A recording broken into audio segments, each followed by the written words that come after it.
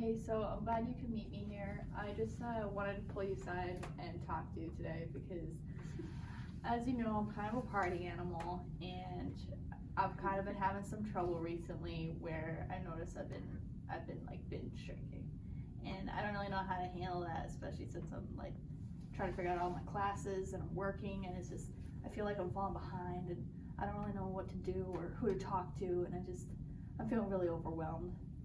Okay, well, thanks for telling me. I appreciate that, like for trusting me with that. But like, I don't know if you've heard, but like we have like there's a student wellness office on campus, and then they have like an alcohol counselor there. If you're interested in that, his name's James.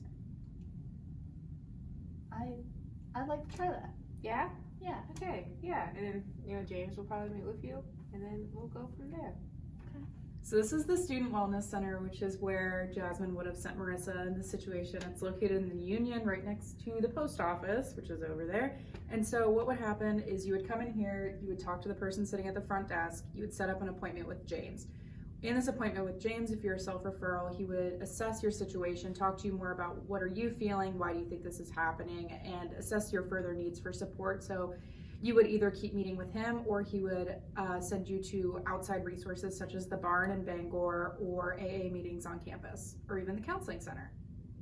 So I know we're going to the student resource center now, but like, do you really think he cares? Like, I mean, it's just like something on campus. Like, I'm a commuter student. I don't know a whole lot about that. Like, I don't know. It just the stigma. Like, I don't want people to know that I'm going here. Yeah. I don't think no one's gonna find out. Like this office is 100% confidential. Like even like he's a counselor, so whatever you talk about, whatever you bring up in there, they all sign confidentiality like statements. They all sign mandated reporting statements, but like they don't say anything. So I think you're okay. Like even the counselors won't know that you're meeting with him outside of your meetings with them if you see them. So like it's all 100% confidential. The students don't say anything. Other faculty around doesn't say anything. Do you think as a friend, like, it's okay that are you? I think it's a good place to go. I think it's a good environment, and I think they'll treat you well. Okay, I trust you. So let's say in this situation, Marissa wasn't willing to go to the Student Wellness Center. If Jasmine felt it was appropriate, she could do an anonymous tip to the Student Wellness Center about Marissa, where Marissa would then get an email from James just checking in. Nothing is mandatory. He'd be asking to set up a meeting, and if Marissa didn't want to check in with him, that's okay, but it's just that outreach of letting her know that they are there. In addition to this, there are other ways that this could happen on campus. Let's say you're a freshman or a sophomore and you're under 21, you get caught drinking on campus, then you would go through conduct where you have meetings and they intervene. You have to do community service and they just check in and make sure that you're okay, and yeah.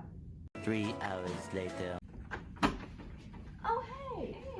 So I just got out of my meeting with James, the guy you recommended me to. He was really nice. Oh yeah. It's still kind of weird doing this, not gonna lie. Like, it's just, I've never done counseling or anything like that. Yeah. I don't like the idea of it, but I mean, he's nice and I want to give it a shot, but it's just kind of weird to think that, I mean, there's only a few people in that room. There's thousands and thousands of students. Like, I don't know if he's going to continue the meetings or anything. Like, I guess I'm just nervous, but it's going good so far. He wants to see me again. Okay, that's really good. So it sounds helpful. Yeah. I guess I'll just see where it'll go. Okay, yeah, sounds good. Well, for instance, he wanted to recommend me to like an outside, like a resource, and I'm not really that comfortable with that because like I don't like you're the only person who really knows that I'm going here right now. Mm-hmm. He knows, but like it's like it seems like he's trying to help, but it just doesn't seem like it's like enough for me because he wants me to go to counseling, but like I said, I also have classes and a job. I don't really know how I can handle all of this. No, yeah, definitely, I get that. We thought it would be important to mention two main resources on campus for substance abuse and addiction. The Student Wellness Center has 4 employees, and only one of these specializes in alcohol and drug education. In addition to this, Black Bears for Recovery is a student-run organization that is only able to function because of a grant they received, which means no university funding.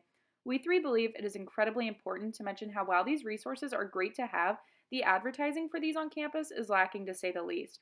In addition to this, the example of Jasmine and Marissa in this video is not always how it goes. It is incredibly uncomfortable to tell somebody you think you have an issue or for somebody to ask you if you have one. Being on a college campus, binge drinking is largely normalized in the college culture. While this sounds silly to say, the You Made Memes for Drunken Teens Facebook page is an example of this, not only in its name, but in some of the contents of its memes. While it is largely agreed upon by the student body that there is a lack of resources for students, mainly regarding mental health and support on campus, we hope this video sheds light on 2 resources provided on campus for students. While these resources could grow and gain more services, it is still good to know that they are there for the student body. Our goal in this video was to raise awareness of these resources on campus and how they function. Hopefully through this, we were able to reach somebody who needs it or knows somebody who does.